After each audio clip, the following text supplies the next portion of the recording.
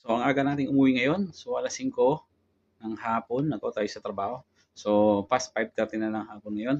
So, dahil maaga tayong lumabas ngayon sa trabaho, maaga tayong nakauwi ngayon. So, tara, ikot-ikot mo tayo dito sa camp. Exercise tayo dahil maghapon yung trabaho natin. Halos 12 hours tayo nakaupo. So, tara, ikot-ikot muna tayo.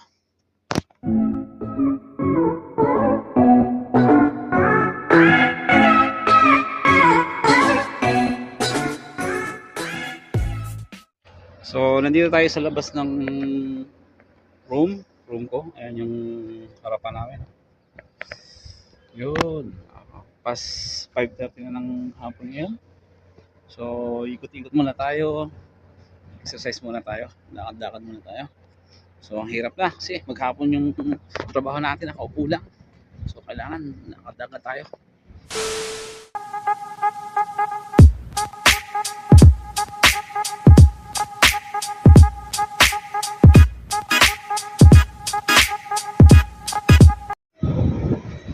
So, ikot-ikot muna tayo ngayon. So, ayun, anong update sa atin ngayon dito sa Japura? So, ayun, naghihintay tayo ng resulta ng application natin sa bakasyon dahil aprobado na ng department head ko, nasabi na sa admin. So, check na lang natin kung ma-approve.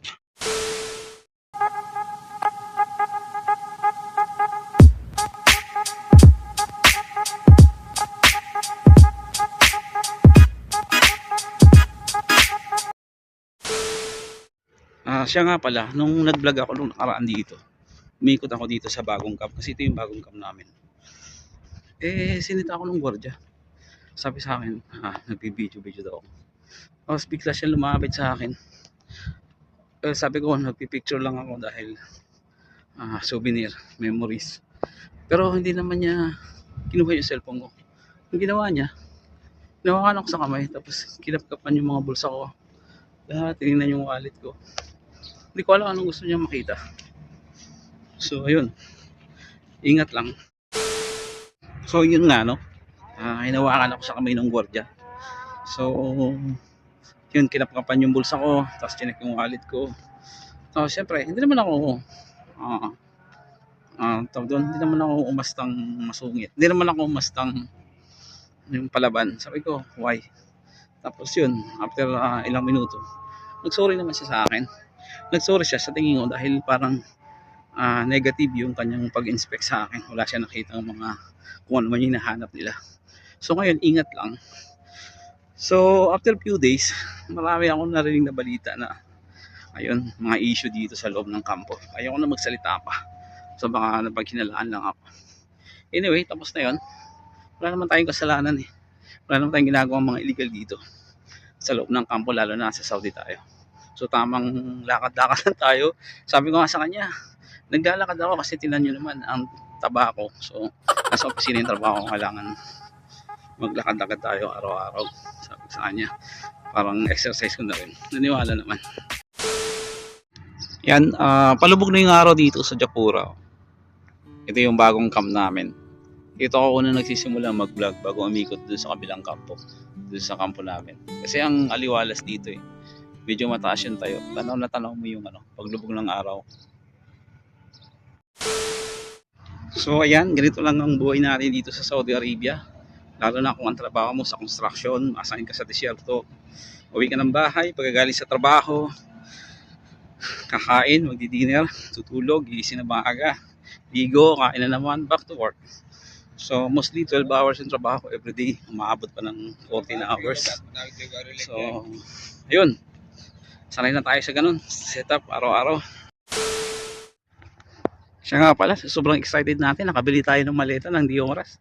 Ayan o, ayun, nabili kong maleta ng nakaraang linggo. So, hindi pa nga-approve yung vacation natin. Hindi pa alam kung kailan makakalis, pero nakapaghanda na agad. Bukas, Biyernes.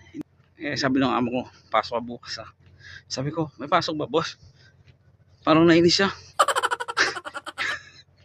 Then mamaya lumapit sa akin, binigyan niya ako ng sandwich saka isang itlog na nilaga. Parang pakonsuelo ba. Yan o. Yan yung binigay sa akin sandwich ng amo ko kanina bago ako umuwi. Iniisip niya kasi baka hindi ako pumasok. May pasok sa site bukas. So walang mag-data entry ng report. So napaka-importante sa amin ng report everyday, yung output namin. So kaya kailangan niya talaga papasukin ako. Pero papasok naman talaga ako. Wala sa plano ko mag-absent. Sayang din yung Friday yun eh. Masyadong tahimik ang hapon ngayon dito. So dati masyado lang maraming tao dito. Ngayon medyo tahimik kasi maraming pumunta ng bayan. Tapos yung iba naka-overtime. So ayun, nakaisang ikot na tayo. So punta tayo doon sa may moske, sa may Bacala, sa may basketbulan para ganado.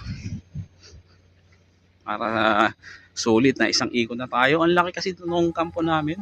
So kung magja-jogging ka, kahit isang ikot lang, habutin ka ng mga 20 to 30 minutes. So enough na yon. Ako minsan naabot pa ng isang oras. Tamang lakad-lakad lang. Kasi maghapon nakaupo ako sa trabaho eh. Kaya kailangan talaga maglakad-lakad ako o mag-jogging. Kasi mahirap na, baka tayo ma-stroke.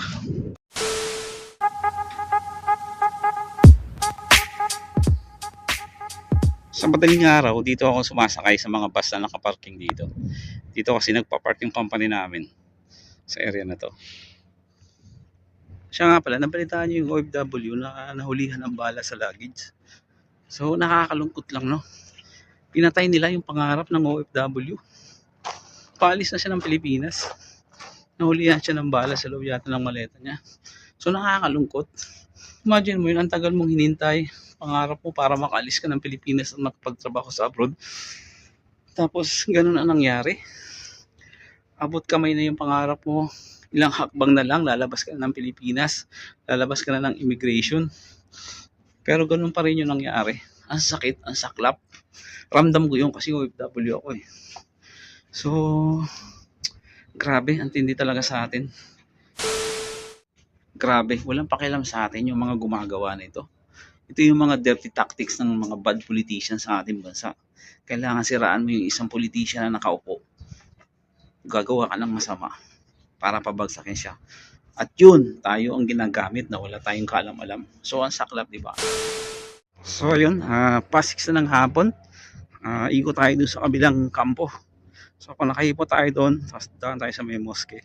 Tapos, punta tayo sa Bacala. Bili tayo ng makakain. Then, balik na tayo sa kwarto. So, nakakapaglakad-lakad ako. So, ganado na yung araw ko. Sulit na yung maghapon ko kasi nakaupo nga lang tayo sa trabaho natin maghapon sa opisina. So, kailangan ko talagang maglakad-lakad. Sarap sa feeling na napapagod yung mga binti natin kalalakad. Exercise na rin yun. Ganda ng kotse.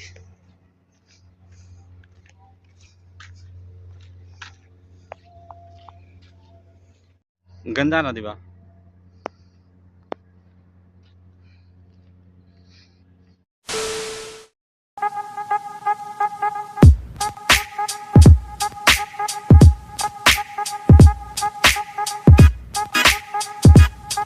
Dadaan sana ako doon sa may mosque. Maraming mga kapatiran natin, mga Muslim na nagsasala. So, respect na lang.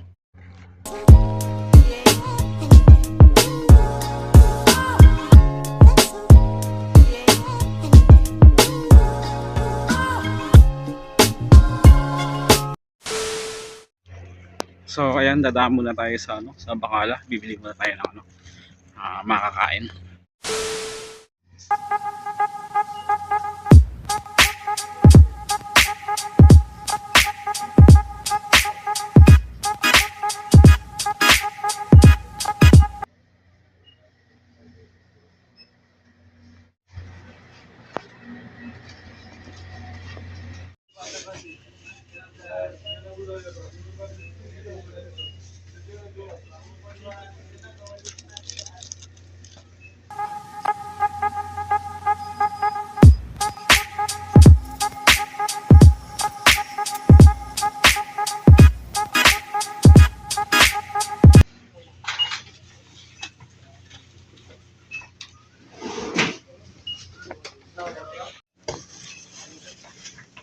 How much? Quarter.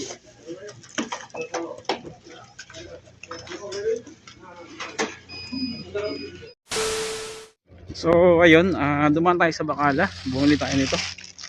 Noodles, tapos meron tinda doon puto. Saka lemon juice. So ayun, balik na tayo sa kwarto para magpagpahinga. Nakadalawang ikot na rin tayo. So pagod-pagod na rin tayo ngayon. Ganado na yung araw natin na yung gabi natin ngayon. So ayun, shoutout muna sa mga kababayan natin nandito rin sa Saudi Arabia.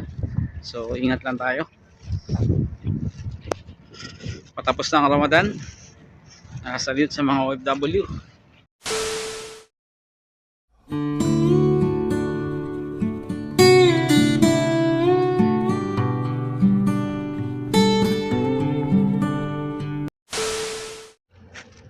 So ayun, pabalik na tayo sa kwarto para makapagpahinga naman.